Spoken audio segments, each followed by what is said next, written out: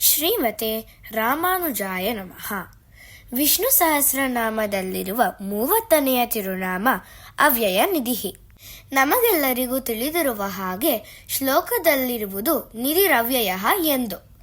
ಆದರೆ ನಾವು ವಿಷ್ಣು ಸಹಸ್ರನಾಮ ಹೇಳುವಾಗ ಸರ್ವಶರ್ವ ಶಿವಸ್ಸಾನುರ್ಭೂತಾದಿರ್ನಿಧಿರವ್ಯಯ ಎಂದು ಹೇಳುತ್ತೇವೆ.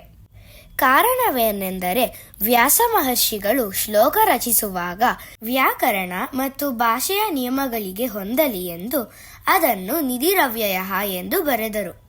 ಈ ಹೆಸರಿನಲ್ಲಿರುವ ಭಗವಂತನ ವಿಶೇಷ ಮಹಿಮೆಯನ್ನು ತಿಳಿಯಲು ನಾವು ಈ ಪದಗಳ ಕ್ರಮವನ್ನು ಬದಲಿಸಿ ಅವ್ಯಯ ನಿಧಿಹಿ ಎಂದು ಹೇಳಬೇಕಾಗುತ್ತದೆ. ನಾಥ ಮುನಿಗಳ ಮೊಮ್ಮಗ ಯಾಮುನ ರಾಜನಾಗಿದ್ದ. ನಂತರ ಶ್ರೀ ವೈಷ್ಣವ ಪರಂಪರೆಯ ಶ್ರೇಷ್ಠ ಆಚಾರ್ಯರಾಗಿ ಹೇಗೆ ಬದಲಾದರು ಎಂಬುದನ್ನು ಈ ಕಥೆಯಲ್ಲಿ ತಿಳಿಯೋಣ. ನಾಥ ಮುನಿಗಳ ಶಿಷ್ಯರಾದ ಉಯ್ಯಾಕೊಂಡಾರ್ ಅವರು ಪರಮಪದವನ್ನು ಸೇರುವ ಮೊದಲು ತಮ್ಮ ಶಿಷ್ಯ ಮಣಕ್ಕಾಲ್ ನಂಬಿಯವರನ್ನು ಕರೆದು, ನೀನು ಹೇಗಾದರೂ ಮಾಡಿ ನಾಥ ಮುನಿಗಳ ಮೊಮ್ಮಗ ಯಾಮುನರನ್ನು ನಮ್ಮ ಪರಂಪರೆಗೆ ಸೇರಿಸಿಕೊಂಡು ಆಚಾರ್ಯರನ್ನಾಗಿ ಮಾಡು ಎಂದು ಹೇಳಿದರು. ಯಾಮುನರು ರಾಜನಾಗಿದ್ದರಿಂದ ಅವರನ್ನು ಭೇಟಿ ಮಾಡುವುದು ಕಷ್ಟವಾಗಿತ್ತು. ಹಾಗಾಗಿ ಗುರುವಿನ ಆಜ್ಞೆಯನ್ನು ಹೇಗೆ ಪೂರೈಸುವುದು ಎಂದು ನಂಬಿಯವರು ಯೋಚಿಸಿ ಒಂದು ಉಪಾಯವನ್ನು ಮಾಡಿದರು.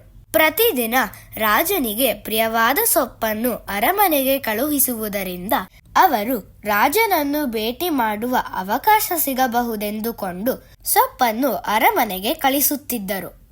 6 ತಿಂಗಳಾದರೂ ರಾಜನು ಸೊಪ್ಪು ಕೊಡುವವನ ಬಗ್ಗೆ ವಿಚಾರಿಸದಿದ್ದಾಗ ನಂಬಿಯವರು ನಿರಾಶೆಗೊಂಡು ರಾಜನಿಗೆ ಸೊಪ್ಪು ಕಳುಹಿಸುವುದನ್ನು ನಿಲ್ಲಿಸಿದರು.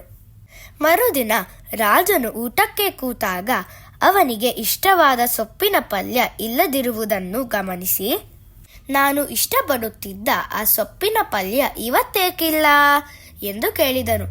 ಅದಕ್ಕೆ ಅಡುಗೆ ಭಟ್ಟನು, ಪ್ರತಿದಿನ ಸೊಪ್ಪು ಕೊಡುತ್ತಿದ್ದ ಆ ಪುಣ್ಯಾತ್ಮ ಬ್ರಾಹ್ಮಣ ನಿನ್ನೆಯಿಂದ ಕಾಣಿಸುತ್ತಿಲ್ಲ ಪ್ರಭು ಎಂದಾಗ ರಾಜನು, ಮತ್ತೆ ಏನಾದರೂ ಆ ಬ್ರಾಹ್ಮಣ ಬಂದರೆ ನನ್ನ ಬಳಿ ಕರೆದುಕೊಂಡು ಬಾ ಎಂದು ಭಟ್ಟರಿಗೆ ಹೇಳಿದನು. ಕೆಲವು ದಿನಗಳ ನಂತರ ನಂಬಿಯವರು ಹೊಸ ಭರವಸೆಯಿಂದ ರಾಜನಿಗೆ ಪ್ರಿಯವಾದ ಸೊಪ್ಪನ್ನು ಮತ್ತೆ ಕೊಡಲು ಅರಮನೆಗೆ ಹೋದರು.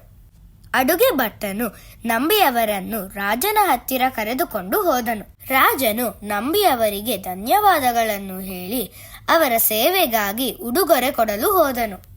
ನಂಬಿಯವರು, ನಿನ್ನ ತಾತ ನಿನಗೆ ಬಿಟ್ಟು ಹೋಗಿರುವ ನಿಧಿಯನ್ನು ತೋರಿಸಲೆಂದು ನಾನು ಬಂದಿದ್ದೇನೆ. ಹೀಗಿರುವಾಗ ನೀನು ನನಗೆ ಯಾಕೆ ಉಡುಗೊರೆ ಕೊಡುತ್ತೀಯಾ ಎಂದು ಕೇಳಿದರು. ರಾಜನು ಆಶ್ಚರ್ಯದಿಂದ, ನೀವು ಯಾವ ನಿಧಿಯ ಬಗ್ಗೆ ಮಾತನಾಡುತ್ತಿದ್ದೀರಾ?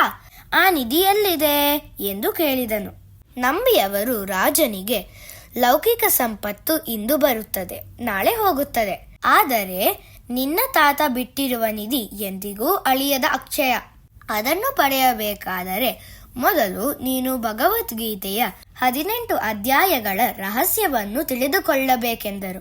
ರಾಜನು ಶ್ರದ್ಧೆಯಿಂದ ಭಗವದ್ಗೀತೆಯಲ್ಲಿ ಅಡಗಿರುವ ಎಲ್ಲಾ ಗೂಢ ಸತ್ಯಗಳನ್ನು ಕಲಿತನು. ನಂತರ ನಂಬಿಯವರು ರಾಜನನ್ನು ಶ್ರೀರಂಗದಲ್ಲಿರುವ ಶ್ರೀರಂಗನಾಥ ಸ್ವಾಮಿಯ ಸನ್ನಿಧಿಗೆ ಕರೆದುಕೊಂಡು ಹೋಗಿ, ನಿನ್ನ ತಾತ ನಿನಗಾಗಿ ಬಿಟ್ಟು ಹೋಗಿರುವ ನಿಧಿ ಇದೆ. ಇದು ಎಂದಿಗೂ ನಾಶವಾಗದ ವೈತಮಾನಿಧಿ ಇದ್ದಂತೆ ಎಂದು ಹೇಳಿದರು. ರಾಜಪದವಿಯ ಸುಖಭೋಗಗಳು ಶಾಶ್ವತವಲ್ಲ. ನಮ್ಮನ್ನು ಎಂದಿಗೂ ಬಿಟ್ಟು ಹೋಗದ ಭಗವಂತನೇ ನಿಜವಾದ ಸಂಪತ್ತು ಎಂದು ಯಾಮುನರಿಗೆ ಅರ್ಥವಾಯಿತು. ಕೂಡಲೇ ಅವರು ರಾಜ್ಯವನ್ನು ತ್ಯಾಗ ಮಾಡಿ ಶ್ರೀ ವೈಷ್ಣವ ಗುರು ಪರಂಪರೆ ಜವಾಬ್ದಾರಿಯನ್ನು ಹೊತ್ತು ಮುಂದಿನ ಆಚಾರ್ಯರಾದರು. ತಾಯಾರ್ ಮತ್ತು ಭಗವಂತನ ಚರಣಗಳಿಗೆ ಭಕ್ತಿ ಮತ್ತು ಶರಣಾಗತಿಯನ್ನು ಅರ್ಪಿಸುವ ಅವರ ಅದ್ಭುತ ಸ್ತೋತ್ರಗಳು ಇಂದಿಗೂ ಪ್ರತಿ ವೈಷ್ಣವ ಮನೆಗಳಲ್ಲಿ ಹೇಳಲಾಗುತ್ತದೆ. ರಾಮಾನುಜಾಚಾರ್ಯರನ್ನು ಸಂಪ್ರದಾಯಕ್ಕೆ ಕರೆತಂದು ವಿಶಿಷ್ಟಾದ್ವೈತ ಸಿದ್ಧಾಂತವನ್ನು ಮನೆ ಮಾತಾಗಿಸಿದ ಕೀರ್ತಿ ಇವರದ್ದೇ. ಇವರನ್ನೇ ಇಂದು ನಾವು ಭಕ್ತಿಯಿಂದ ಯಾಮುನಾಚಾರ್ಯ ಅಥವಾ ಆಳವಂದಾರ್ ಎಂದು ಪೂಜಿಸುತ್ತೇವೆ. ಅವ್ಯಯ ಎಂದರೆ ಎಂದಿಗೂ ನಾಶವಾಗದು ಎಂದು ಅರ್ಥ. ಅವ್ಯಯ ನಿಧಿಹಿ ಎಂದರೆ ಎಂದಿಗೂ ಖಾಲಿಯಾಗದ ಖಜಾನೆ. ನಾವು ಪ್ರತಿದಿನ ಅವ್ಯಯ ನಿಧಿಯೇ ನಮಃ ಎಂದು ಜಪಿಸಿದರೆ ಭಗವಂತನು ನಮಗೆ ಎಂದಿಗೂ ನಾಶವಾಗದ ಆಧ್ಯಾತ್ಮಿಕ ಸಂಪತ್ತನ್ನು ನೀಡಿ ಅನುಗ್ರಹಿಸುತ್ತಾನೆ. ಶ್ರೀಮತೆ ರಾಮಾನುಜಾಯ ನಮಃ.